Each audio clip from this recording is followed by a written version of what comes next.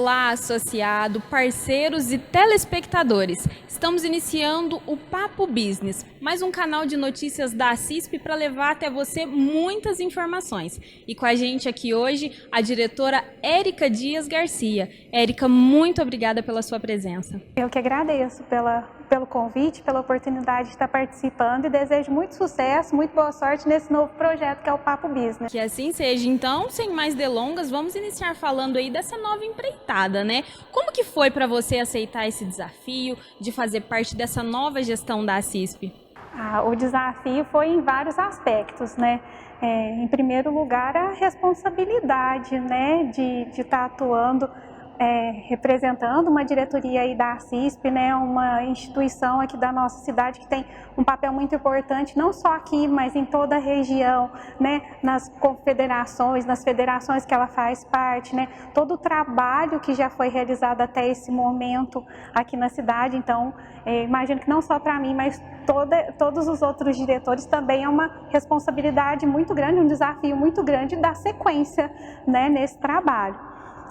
Pessoalmente, para mim também é um grande desafio no sentido de me integrar mais ao associativismo, né? Como empresária, eu sou associada já há algum tempo, né? Conheço, utilizo alguns serviços da CISP, sempre teve uma proximidade aí, mas fazer parte, né, da diretoria, preocupar com questões relacionadas aos associados, à comunidade, né, e todas as atividades inerentes à instituição, isso é um desafio também, né? Estou aprendendo muito e também vejo muitas oportunidades de trabalho, além de aprendizagem. E também a questão da diretoria de inovação e empreendedorismo, o desafio de entender quais são as dores, quais são as demandas dos nossos associados com relação a essas questões, né? A questão do empreendedorismo, de fomentar isso na nossa cidade, né? De promover, criar ações que contribuam para o desenvolvimento dos negócios, né, dos nossos empresários, empreendedores, né, dos profissionais da nossa cidade. E também a questão da inovação, né, que existem muitos mitos, né, que às vezes pensa que a inovação está mais relacionada com o sentido de tecnologia, de altos investimentos, mas na verdade tem aquela inovação necessária no dia a dia para garantir a sustentabilidade, o sucesso, o crescimento dos negócios, né? Pessoas, né? Sim, que é a inovação incremental. Então, como que a gente pode contribuir nesse sentido? Então, está sendo uma grande oportunidade. Eu fiquei muito feliz e lisonjeada com o convite para fazer parte. Érica, você também é presidente do ACISP Mulher, né? Um projeto que nos dias atuais é de extrema importância.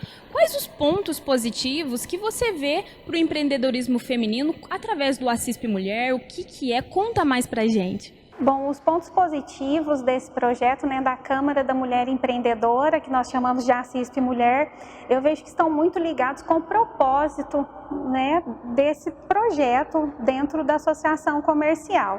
Esse projeto ele existe em várias outras cidades, né? Vem da Federaminas, que tem a Federaminas Mulher, né? A Confederação das Associações também tem o projeto voltado para o empresariado feminino. E o propósito, né, desse projeto da CISP Mulher é de criar uma rede de cooperação entre as empreendedoras, empresárias, as profissionais, de forma que essa rede de cooperação fortaleça os negócios, né?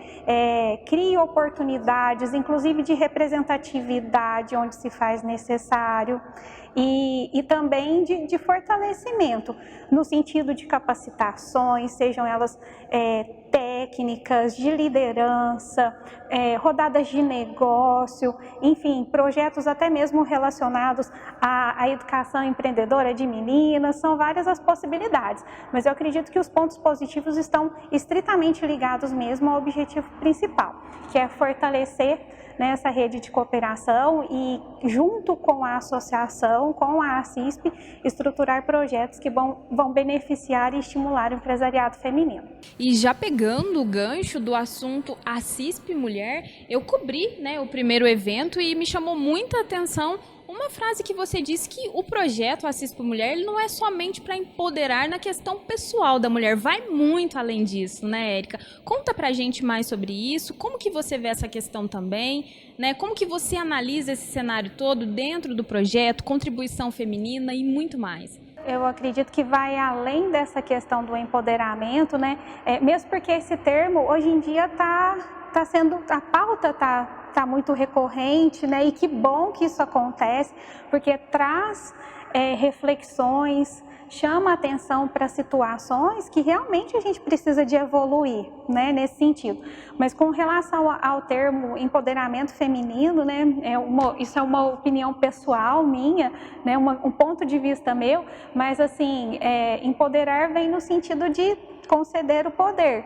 E eu vejo que em muitos casos, né, a maioria deles, ou todos eles, se é assim que eu posso afirmar, a gente não concede poder, o poder já é nosso, às vezes ele só está adormecido, latente, contido, e aí vem nesse sentido de trazer consciência de que todos nós, né, temos dons, temos talentos, temos possibilidades, então nesse sentido que eu vejo o empoderamento feminino, não num discurso de polaridades, mas sim de convergência, de soma, nesse sentido. Então por isso que esse trabalho vai além de questões de empoderamento feminino pessoal, mas sim da questão do empreendedorismo feminino em si, no sentido de trazer consciência das possibilidades que existem dentro do empreendimento para as mulheres, quais são os desafios, trazer informação, porque nem sempre tem a informação de que existem linhas de crédito específicas para mulheres. Agregar experiência. Sim, né? Informações no sentido que existem capacitações, né, sejam para a gestão do negócio, para desenvolvimento de liderança, né, para estruturação de time dentro da empresa.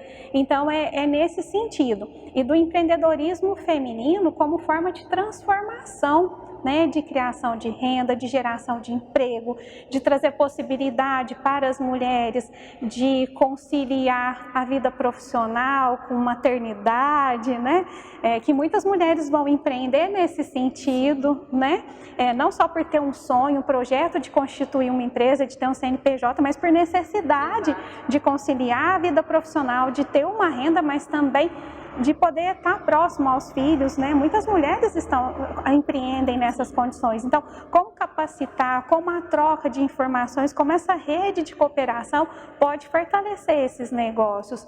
E no sentido também de geração de renda, para de repente não ter dependência econômica e por isso ficar atrelada a relacionamentos abusivos por conta de dependência econômica de parceiros, né? No sentido de gerar renda para poder dar condições melhores para a família, né? Para criar, sustentar os filhos. Então, é nesse sentido. Por isso que eu vejo que vai além e não só de fortalecer esses negócios, criar essa rede de cooperação, mas também inspirar outras mulheres, as novas gerações que vêm aí. É muito interessante você falar isso, eu vou até sair um pouquinho do nosso roteiro aqui, porque a pandemia mostrou muito isso, né? E trazendo uma frase que eu acho muito interessante, que é: a gente não pode medir a vida da gente com a régua do outro. Então essa contribuição que uma mulher pode agregar à vida da outra, né? Às vezes uma já está em um patamar muito bacana e a outra está iniciando agora, mas já pensa lá na frente e não viu os obstáculos que por ali passaram. Então essa troca de experiências, estar unidas, né? Compartilhando mesmo todas as vivências, a jornada feminina, ela é muito potente, né, e é capaz de inspirar. E uma coisa que une as mulheres, né, isso foi até um fato que a Luana Piovani falou recentemente, que é a maternidade une todas as mulheres, né? Então você ressaltou aí de uma forma muito bacana que é você estar em casa com teu filho, precisa empreender, e as pessoas não veem suas lutas, né? Veem somente ali o que você conquistou e a mulher dando conta ali e a forma como ela pode trazer isso até para uma jornada do herói, né, Érica, de inspirar outras mulheres e outras pessoas também. Sim, sem dúvida, porque nessa troca, né, igual você falou, já tem empreendedoras em estágios diferentes. E às vezes lá no começo, né, todo mundo começa pequenininho, né? E tem seus desafios, tem dia que às vezes é mais pesado, tem época que passa por mais dificuldade. E aí essa troca mesmo, né, de ter o apoio, a questão da sororidade entre as mulheres, isso é muito importante. Sim, sem dúvida, porque nessa troca, né, igual você falou, já tem empreendedoras em estágios diferentes. E às vezes lá no começo, né, todo mundo começa pequenininho, né? E tem seus desafios, tem dia que às vezes é mais pesado, tem época que passa por mais dificuldade. E aí essa troca mesmo, né, de ter o apoio, a questão da sororidade entre as mulheres, isso é muito importante. Érica, você, mulher empresária, qual análise que você faz sobre as mulheres nesse cenário de negócios? Há muitos obstáculos ainda? Existem obstáculos, mas também a gente tem que reconhecer todas as conquistas que já aconteceram, né? Honrar e reverenciar todas as que vieram, que nos antecederam e abriram caminho, né? Então, existe muito trabalho aí até esse momento e muitas conquistas, mas lógico que existem desafios. O que eu vejo de muito positivo é que hoje ter essa pauta, né, essas associações, dentro das associações comerciais, esses projetos como as câmaras das mulheres empreendedoras, né, dentro das entidades de organizações corporativas, projetos voltados para mulheres, né, isso existe.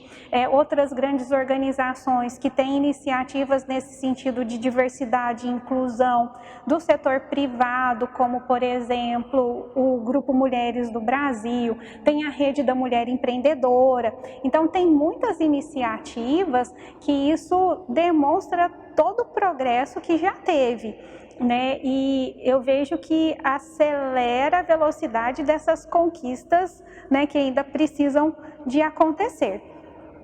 Existem muitas pesquisas, né, a respeito das mulheres no cenário de negócios, né? O Brasil, numa pesquisa realizada pelo Sebrae com uma outra instituição, que eu não ouso falar o nome aqui, que é um termo em inglês, senão vou enrolar a língua aqui, mas nessa pesquisa fala que o Brasil ocupa o 7º lugar no mundo, no ranking de mulheres empreendedoras. Dos 50 milhões de empresas que existem no país, 52 milhões, se eu não me engano, 30 milhões são mulheres, né? 48% aí de mulheres, quase metade. Quando a gente olha na questão de mulheres em cargos de liderança, as pesquisas sempre apontam que a participação é menor comparada com os homens, né? Então, isso é um aspecto que ainda precisa de evoluir. Já temos mulheres, né, atuantes aí, né, em C-levels das empresas, né, participando de conselhos, em cargos de liderança, mas a participação ainda precisa ser maior. E fica a reflexão, às vezes as oportunidades não existem, mas às vezes as oportunidades existem, mas ainda tem uma cultura ou até mesmo mentalidade de não estar preparada, né? O nível de exigência da mulher é muito alto, né? Então, entender essas situações para que essa participação em cargos de liderança, essas questões melhorem, né? Outra pesquisa também fala do Fórum Econômico Mundial que para as mulheres receberem a mesma remuneração dos homens, isso vai levar 136 anos. Então, a gente precisa de entender onde que estão essas diferenças e como, enquanto uma associação, um grupo e até mesmo enquanto empresária, né, que eu também sou empreendedora. Então, dentro das minhas próprias empresas, como que a gente trata essas questões, se elas existem, como são trabalhadas. Então, isso tudo ainda está dentro do mundo aí das mulheres no negócio, né? Outra pesquisa também fala que com relação aos negócios, comparados com negócios que têm homens à frente, as empresas que têm mulheres à frente, essas mulheres têm um nível de escolaridade 16% maior, só que as suas empresas faturam 22% menos. Então, onde que está o X dessa questão? O que que a gente pode fazer para melhorar, né? O que que é a causa disso? Há muitos questionamentos ainda, né? Sim, e isso é importante tá conversando, né? Hoje a gente sabe que as empresas, existem outros dados, outras pesquisas que trazem que as empresas administradas por mulheres são empresas mais adimplentes, só que mesmo assim existe uma dificuldade de acesso a crédito. Então, ainda bem que as instituições financeiras, né, estão acompanhando esses números e criando linhas de crédito específicas, mas nem sempre essas informações chegam a quem precisa desse crédito, né? E então a gente tem que fazer esse trabalho de difundir informação, de criar espaço, oportunidade e ocupá-los. Nós falamos até aqui da Érica, empreendedora, à frente das suas empresas, mãe, esposa, mas e a Érica no início de carreira? Como que foi? Você sempre teve certeza de onde você ia chegar, onde você queria chegar? Teve alguma mulher que te inspirou em especial, ou mulheres, ao longo da sua jornada? Bom, no sentido de empreender, de ter uma empresa, isso na minha juventude, da minha adolescência, nunca foi um sonho.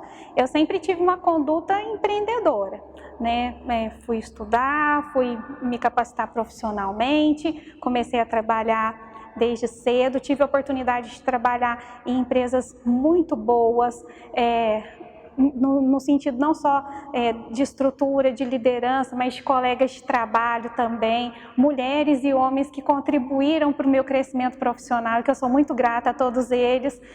E no sentido de empreender, isso foi mais tarde, mas eu sempre vi que eu tenho uma conduta empreendedora, onde eu trabalhei sempre sempre me preocupei com a geração de valor para o negócio, de estar sempre melhorando os processos, de estar desenvolvendo junto com o time, então isso sempre foi natural. Constituir uma empresa, que hoje eu vejo que empreendedorismo não é isso, é só uma parte disso, aí foi um pouco depois que eu aprendi com o meu marido, né? Que é um empreendedor nato, e há 11 anos nós iniciamos, né, abrimos empresa. Um abraço, né? E ele me ensina muito nesse sentido, me apoia, mas depois também eu empreendi num outro trabalho que eu tinha, e essa foi a minha trajetória aí profissional. Trabalhei com a parte de controladoria, que eu sou contadora de profissão, então trabalhei em departamento fiscal, já fui vendedora também, trabalhei com RH, que é uma coisa que eu gosto muito, né, no desenvolvimento, né, de pessoas, né, na gestão de pessoas, com planejamento estratégico orçamentário, então essa foi a minha trajetória. E com relação à questão de mulheres empreendedoras, né, o empreendedorismo na minha vida, hoje eu vejo, lógico que é uma visão que quando eu era bem mais jovem eu não tinha, mas hoje eu reconheço, sem sombra de dúvidas, a minha mãe, né, é a minha inspiração maior. A minha mãe está dentro dessa estatística aí das mulheres que pegaram uma habilidade que tinha e começaram a empreender dentro de casa para poder conciliar profissão, filhos e cuidado com o lar, né? Cuidar da casa mesmo, porque o meu pai, por conta da profissão, né, caminhoneiro, então estava sempre viajando, e aí a minha mãe aprendeu a costurar sozinha, né? Uma costureira maravilhosa, autodidata, e ela conciliou, costurava. Até hoje ela costura, mas aí sempre foi esse o meu exemplo, né, de empreendedorismo. Aqui na cidade, né, no país, no mundo, tem sempre aquelas que nos inspiram, né, sem dúvida. A própria Dona Maria Hortência, que faz parte aqui da CISP, né, já foi diretora, nossa conselheira, né, professoras minhas, né, a Dona Vilma Mião, que foi minha professora na faculdade, também me inspira muito, mas, assim, também eu acho importante citar aqui que, além da minha mãe, um outro exemplo muito impactante na minha vida foi a Dona Tereza Tonin, que é a minha ex-patroa, né? Tive a oportunidade de trabalhar lá em 2 períodos diferentes, ao todo 5 anos, e Isso há pouco mais de 20 anos atrás, e naquela época, eu muito jovem, né, não se falava de capitalismo consciente, de filosofia de gestão, era aquela relação de compra e vende mão de obra que eu via o mercado de trabalho, né, e a convivência ali que eu trabalhava, né, próxima à Dona Teresa Tonin ali, não no discurso dela, que isso nunca teve, no sentido de convencer alguém de algo, mas dos exemplos dela, do cuidado com as pessoas, do olhar, de estar sempre entendendo da responsabilidade de empreender, criando oportunidades, né, dos colaboradores, além das famílias em volta disso. Então, por conta dos exemplos dela, assim, em várias situações, isso sempre me marcou muito e, sem dúvida, se faz necessário esse reconhecimento aí da minha mãe e da Dona Teresa Tonin, como mulheres importantes aí na minha história. Sem sombra de dúvidas, eu já estou toda inspirada aqui. Muito bacana. E, Érica, para a gente poder encerrar esse bate-papo super legal, quais os planos e projetos ainda tem para a CISP? Você pode contar para a gente? Vem muita coisa boa por aí, né?